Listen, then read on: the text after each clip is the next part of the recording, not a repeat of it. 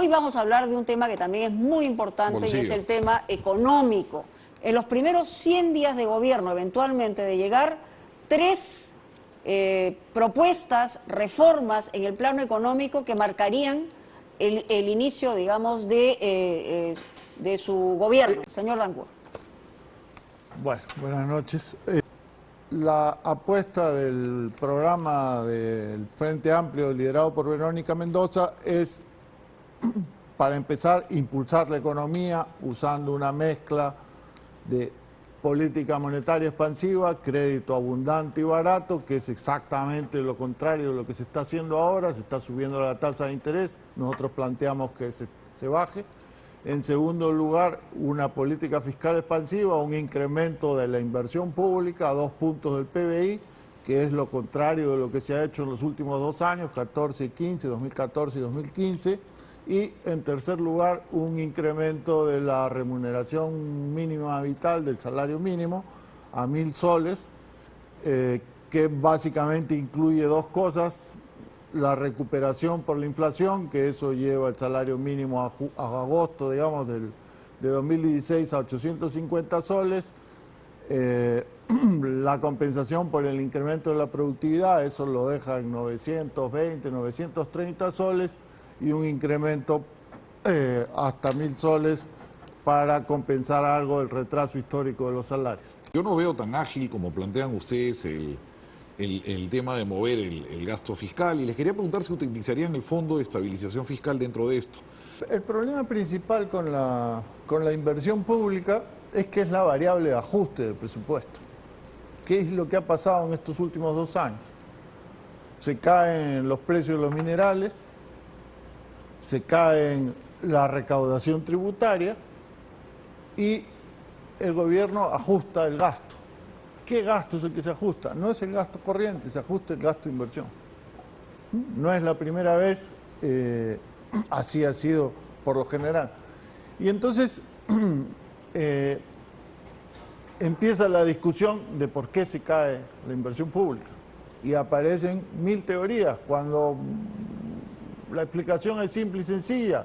El MEF ha definido que la inversión pública se cae para mantener las cuentas fiscales dentro, o el déficit fiscal dentro de ciertos límites, que es a lo que obliga la ley de transparencia a la que se refería Alfredo. Entonces, yo creo que ese es el punto simple y sencillo. Ahora, aumentar la inversión pública en las circunstancias actuales ciertamente implica aumentar el déficit fiscal. Eso está absolutamente claro. Primero usted gasta y después la economía se reactiva. Ahora, ¿cómo se financia? Sí. Termino con eso. Hay 2 factores que habría que mencionar. Uno, que tenemos un chanchito macroeconómico, un fondo de estabilización fiscal que se usaría de 7 puntos del PBI. Y en segundo lugar, tenemos una deuda pública baja, 21, 22% del PBI, que es de las más bajas en América Latina. Así que espacio fiscal para hacer una política fiscal expansiva, para aumentar la inversión pública hay. Y como tema, ya como segunda parte, es el salario mínimo, ¿no? El salario mínimo en términos reales ya cayó. De 750 soles que tenía en junio de 2012, ahora ha caído, y para julio, si vamos a poner julio de 2016, va a caer pues 13, 14%. Pero los ingresos de las empresas también han caído. Ya se redujo el costo real de mano de obra, por esa razón. Así que cuando uno dice vamos a regresar el salario mínimo a 850 soles, lo único que uno dice es estoy recuperando el nivel que tenía hace 3 o 4 años. Pero han caído los ingresos de las empresas, ojo. Esa es la otra cuestión. Esa es la otra cuestión. El salario mínimo y el salario en general no solamente es un costo, es un elemento de la demanda, ¿correcto? Y tenemos experiencias en el Perú enormes sobre qué pasa cuando se caen los salarios reales. Se cae la demanda, se cae el consumo, se cae el empleo, etcétera. Y lo que puede generar es mayor informalidad también. Ahora, última cuestión. Entonces, el asunto de la inversión pública y los impuestos, ese es el otro tema al que quería Pero referirme. eso, un segundito, señor Dancourt, porque vamos a tener que ir por partes y vamos a tener que poner temas. Una frase, le voy a robar. Una frase nomás. Por favor. Hay 2 vías de impulsar al sector privado desde la política fiscal. ¿cierto? Una es aumentando la inversión pública y la otra es reduciendo los impuestos. Entonces, podemos preguntarnos, ¿qué hizo este gobierno? El señor Segura, a fines de 2014, bajó los impuestos. Según el Fondo Monetario, 2 puntos del PBI. Según el Banco Central, 1 punto del PBI. ¿Y qué fue la otra cosa que hizo? Redujo la inversión pública. ¿Y cómo estamos ahora? ¿En una reactivación? No. La economía urbana extiende su paralización. Vamos a otro tema. Un tema que le interesa a la gente creo que es el tema de la SUNAT. Vale. Finalmente, o sea, ha habido también propuestas respecto a la SUNAT. Muchos hasta la han maldecido. Nosotros creemos que el problema no es la SUNAT, sino el problema es la rebaja impositiva que ha habido ahora. Se han perdido, ya lo dijo Quique Vázquez, pero se han perdido entre 1 y 2 puntos del PBI si tomamos en cuenta que la rebaja del impuesto a la renta de tercera categoría va a seguir operando. 2 puntos del PBI son 4.000 millones de dólares, ¿no es cierto? Y entonces la pregunta es, ¿cuál es la justificación de esa rebaja impositiva que el Frente Amplio se ha comprometido a revertir? ¿Cómo? La ley que se dio para bajar los impuestos se elimina Revertirla. y se restituye las tasas impositivas anteriores. Pero el punto es el siguiente. En una frase, por favor. En una frase. Esos 4.000 millones de dólares pueden, no voy a entrar en detalle, pero pueden gastarse en inversión pública, en salud, en educación. Y el punto esencial es que efectivamente se pueden gastar bien. ¿Qué ideas tienen al respecto con el Tribunal Fiscal? Pero por muy ejemplo? rápido tiene que ser. No. Yo creo que la experiencia ha demostrado que reducir los impuestos como método de reactivar la economía no funciona. Eso es lo que tenemos en el 2015. Se bajaron los impuestos a la renta, en particular a la tercera categoría, a las empresas, con el argumento de que la inversión privada iba a aumentar. No aumentó. La inversión privada depende de otros factores. ¿De qué depende? Bueno, en el sector minero y en los sectores extractivos, de cuáles sean los precios que rigen en el mercado mundial para los metales, para el Pero petróleo. no hubiera sido más sabio, si esos precios se caen... ¿No hubiera sido más sabio bajar el selectivo a la gasolina o el impuesto a la gasolina? Si iba al consumo más rápido. Ahí hay dos cosas que quiero discutir después. Pero entonces, uno de estos factores que determina la inversión son esos precios internacionales que están abajo. ¿No es cierto? Entonces, si ustedes miran el reporte de inflación del Banco Central, ¿qué proyecta de inversión minera para el próximo año? Para este año, dice va a caer 30%. ¿Por qué? Porque aquí hay muchos impuestos, muchos trámites, mucha regulación. No, porque los precios están bajos. La otra cuestión esencial es la capacidad ociosa. ¿Cuánta capacidad ociosa tienen las empresas? ¿No es cierto? Entonces, si usted tiene un restaurante que opera a media capacidad, ¿para qué va a crear otro? Es elemental, pero esas son las cuestiones básicas que determinan la inversión, no los impuestos. ¿Qué va a pasar con el tema de las AFP? Y el sistema público también, la ONP, la ONP, perdón. La ONP, que son dos sistemas previsionales que, en fin, están en plena discusión.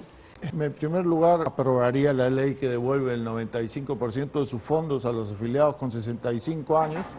En segundo lugar, permitiría que los trabajadores puedan trasladar sus fondos de jubilación a otros intermediarios financieros, a bancos comerciales y cajas municipales. ¿No amenaza eso el sistema de las AFP? Es la única manera de generar más competencia. Si no hay más competencia, las comisiones no van a bajar. Y en tercer lugar, ya se dijo, pero con respecto a pensión 65, lo que nosotros planteamos es duplicar el monto pagado por pensión 65 a 250 soles mensuales. Muy bien, bueno, vamos a plantear otro tema, que es un tema que tiene que ver con la subida del dólar. Sí, ¿a quién pondrían ustedes en el BCR? ¿Seguirían con la misma política? Tres cosas básicas. Uno, que va a mantener el sistema de metas de inflación que hoy día el Banco Central utiliza, que utiliza en realidad desde principios de 2000, ¿no? Entendiendo que ese sistema de metas de inflación, como se usa en otras partes del mundo, unos 30 bancos centrales del planeta, no solamente se preocupa por la inflación, sino también por la actividad económica. Uno. Dos, el Frente Amplio va a mantener el sistema de flotación, de dólar libre con intervención del Banco Central para en mantenerlo en un precio situaciones más o determinado. menos extremas. Y 3, el Frente Amplio ha planteado que el Banco Central debiera bajar su tasa de interés de referencia, lo que genera con el sistema actual, lo que genera crédito más abundante y más barato para apoyar la reactivación de la economía. Y el Banco Central está haciendo ahora justamente lo contrario. Solo una cosita, ustedes han sido muy críticos con el uso de reservas para Así la es, evaluación. también. Quisiera escuchar sobre eso antes de pasar al... La idea es simple. En primer lugar, hay una discusión sobre cómo se miden las reservas. Nosotros decimos que se miden con la posición de cambio. Totalmente de acuerdo. Que son los dólares de los cuales Disponemos. Sí. que el Banco Central dispone, porque los otros son Son ajenos. del gobierno o del sistema bancario privado. Y si vemos los datos, ¿qué ha pasado con eso? Teníamos 50.000 millones de dólares a principios de 2013 y hoy día tenemos 25.000 millones de dólares. Pues, la mitad se han gastado para impedir que el dólar suba. En general, en principio, la idea está bien. La pregunta es, ¿podemos seguir gastando dólares a ese ritmo? Bueno, da para otros 2 años, ¿no? Ok. Y las presiones sobre el dólar al alza van O sea, ¿usted hubiera a durar dejado que mucho flote más más rápido? Lo único que digo yo es que esa política no es sostenible. No se puede continuar esa política por 4 años más. Las presiones que han elevado el tipo de cambio, todos sabemos, vienen de afuera, básicamente.